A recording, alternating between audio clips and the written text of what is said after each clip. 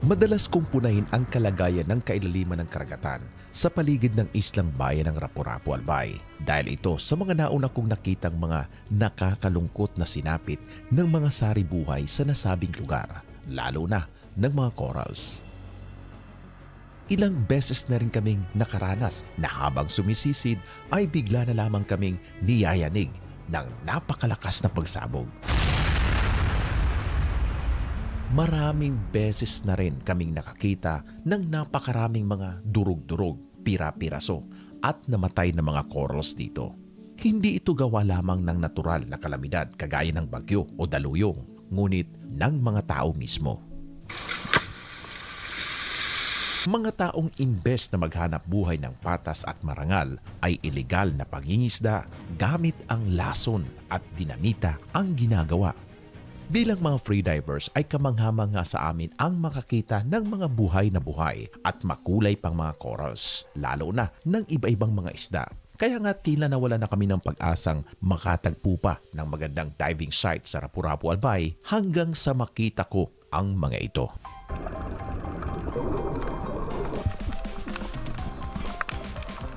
Biyernes noon habang nag-iisip kung saan na naman ako gagala, biglang nagyaya ang aking kaibigan na si Department of Tourism Bicol Regional Director Herbie Aguas na sumama sa kanilang gagawing diving assessment. Si Director Herbie Aguas ay isang scuba diving enthusiast, habang ako naman ay isang free diver.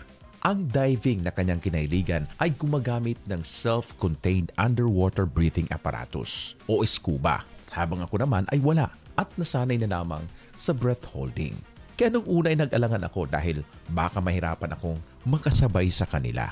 Pero sabi niya, huwag daw akong mag-alala dahil mababaw lamang ang sisisirin at ang good news pa rito ay tuturuan daw nila ako ng basic scuba diving. Aba, hindi na ako nagpatumpik-tumpik pa.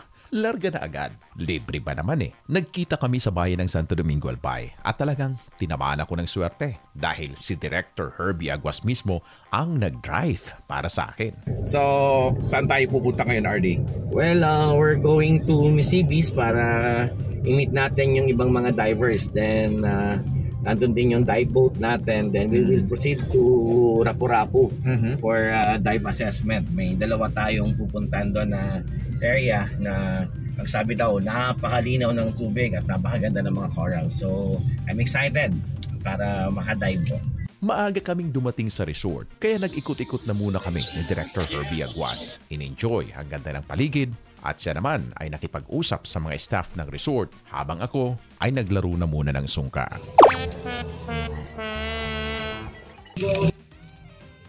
Maya-maya pa dumating na ang aming mga kasama at ang aming diving master mula sa grupo ng PADI o Professional Association of Diving Instructors. Nagkaroon muna ng kaunting dive briefing tungkol sa lugar at pagkatapos, sakay ng dalawang speedboat ng Misibis Resort, agad naming tinawid ang Rapu-Rapu Island.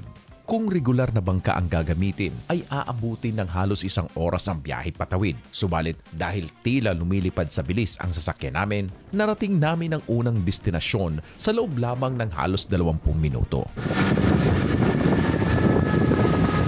Ito ang Babatngon Point na sakop na ng mainland Rapu-Rapu, Albay. Napakalinaw ng tubig dito. Subalit paminsan-minsan daw ay lumalakas ang sea current o agos sa ilalim. Kaya todo bilin ang aming dive master.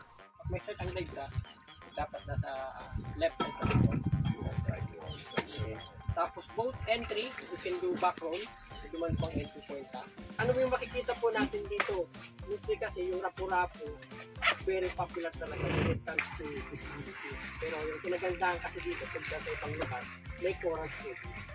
Siya si Master Junri Asupardo. Siya ang nakakaalam ng diving location at siya rin ang magga-guide sa aming lahat. Safety first, ika nga. Kaya dapat may kasama laging eksperto. Here.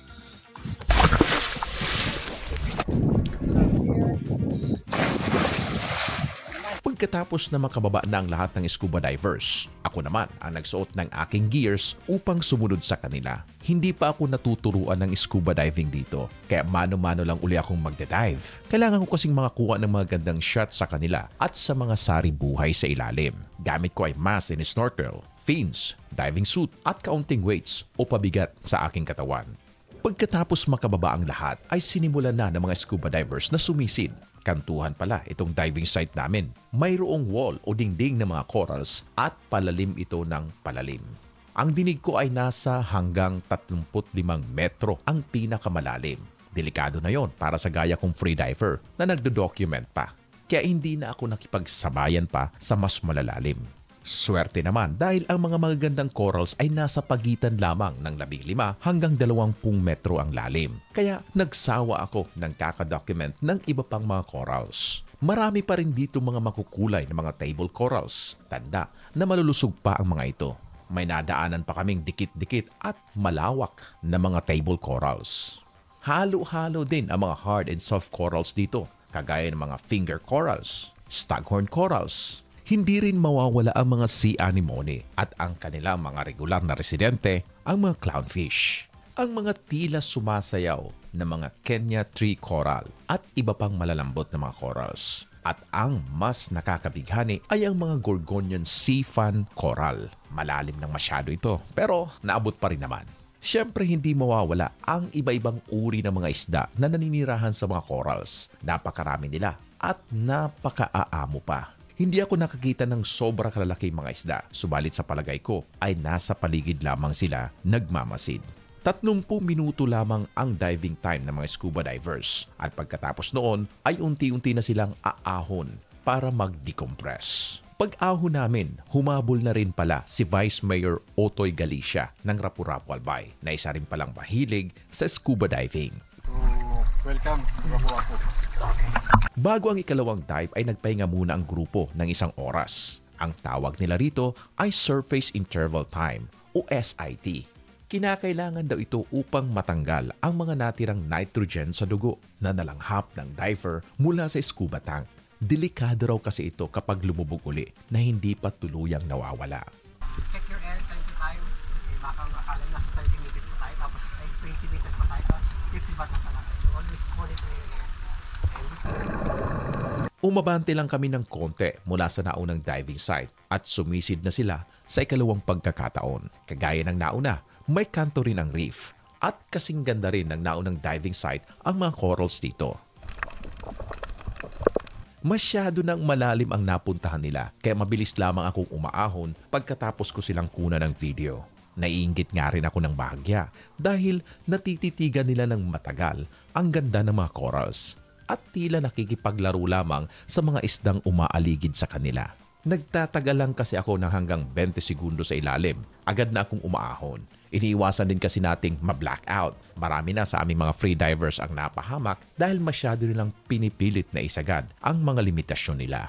Pagkatapos ng 30 minuto ay umahon na uli kami. Tinanong ko si Director Herbie Aguas kung papasaba sa assessment ang lugar at kaagad naman itong sumagot ng positibo. Yan, bukod sa mga volcano, a lot of things to do here in Albay. Ito na yung diving natin. Ganda ng bayang sa likod mo, Ardy. Yan na. Tapos Ayaw mo pa talaga mayon. Ganda pa naman coral sa ilalim.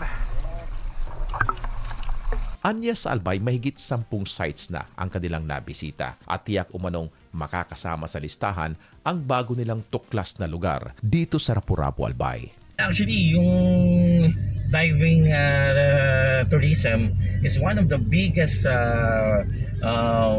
revenue generator ng Pilipinas. Last year, they generated 73 billion out of the diving industry.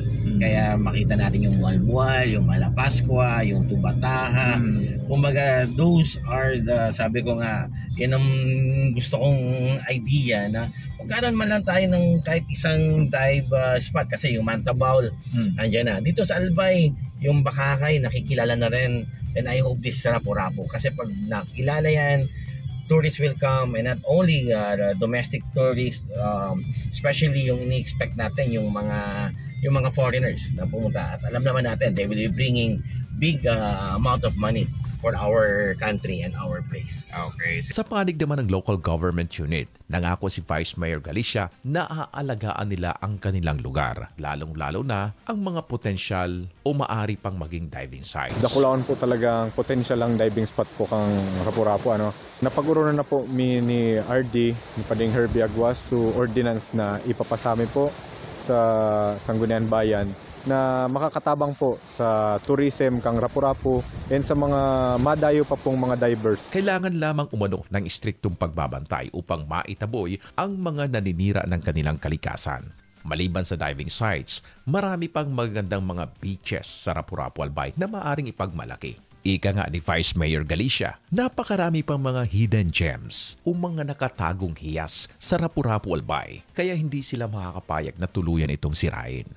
Pagkatapos ng aming dive ay bumalik na kami sa resort upang mananghalian. At pagkatapos, sinimula na namin kaagad ang intro to scuba diving lesson. Una muna kaming binigyan ng orientasyon ni Master Junri sa kahalagahan ng tamang kaalaman at disiplina sa paggamit ng scuba. Dito nga rin namin nalaman na hindi pala oxygen tank ang tawag doon sa compressed air tank na ginagamit nila. Okay na raw ang scuba tank. Na compressor, ilagay siya dito. Okay. Ito yung source ng pag-ibig Natural natin. air. Tapos, second pieces of the equipment, BCD. Tawag dito, BCD. BCD. Oh, stands for Buoyancy Control Device. Regulator. Tawag nito, scuba regulator. Yan. Tinawag siyang regulator kasi siya yung nagdi-distribute ng air na galing sa tangke. Pag binuksan mo yung tangke, papasok sa regulator, siya na yung magdi-distribute sa mga hoses. May 4 siyang hose. Yung secondary, yung itim. Dito tayo hihinga. Okay. May mouthpiece siya. So, ang pag-breathe dito, bite mo tong mouthpiece and then seal with your lips lang. Yan.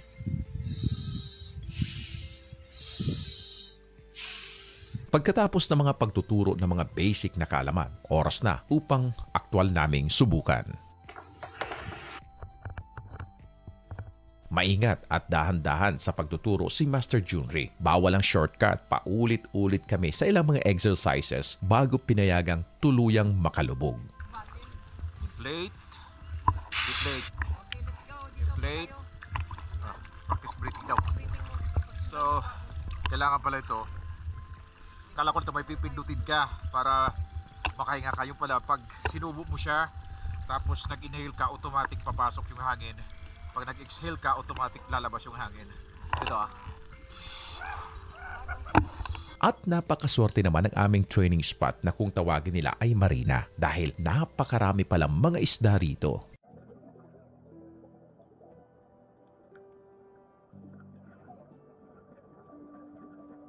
Kaunting oras man na pinaranas sa amin ng scuba diving, sapat na yon upang matutuhan namin ang mga basic. Kung nais talaga daw naming maging mahusay, kinakailangan naming mag-apply para maging certified diver. Dadaan pa yon sa mahabang training. Bigla ko ngang naisip, mukhang kailangan ko talaga yon para mas marami pa akong makunan ng mga shots sa ilalim ng karagatan upang mas marami pa akong maipakita at maikwento sa inyo. Ito rin ang daan upang mas marami pa akong matuklasan sa kailaliman na magagamit ko upang mas makatulong sa kampanya natin sa pangangalaga ng kalikasan. Mas importante kasi nang una nating makita sa mga yamang dagat natin ay ang kagandahan nito at pangmatagalang kapakinabangan kaysa ang kaunting kabuhayan na pagsasamantalahan ngunit magdudulot naman ng matinding kapahamakan. Tandaan natin na ang anumang yamang iniingatan natin sa ngayon ang siyang magiging pamana natin sa mga susunod na henerasyon. Yan po ang istorya ni Rabasero. Maraming salamat.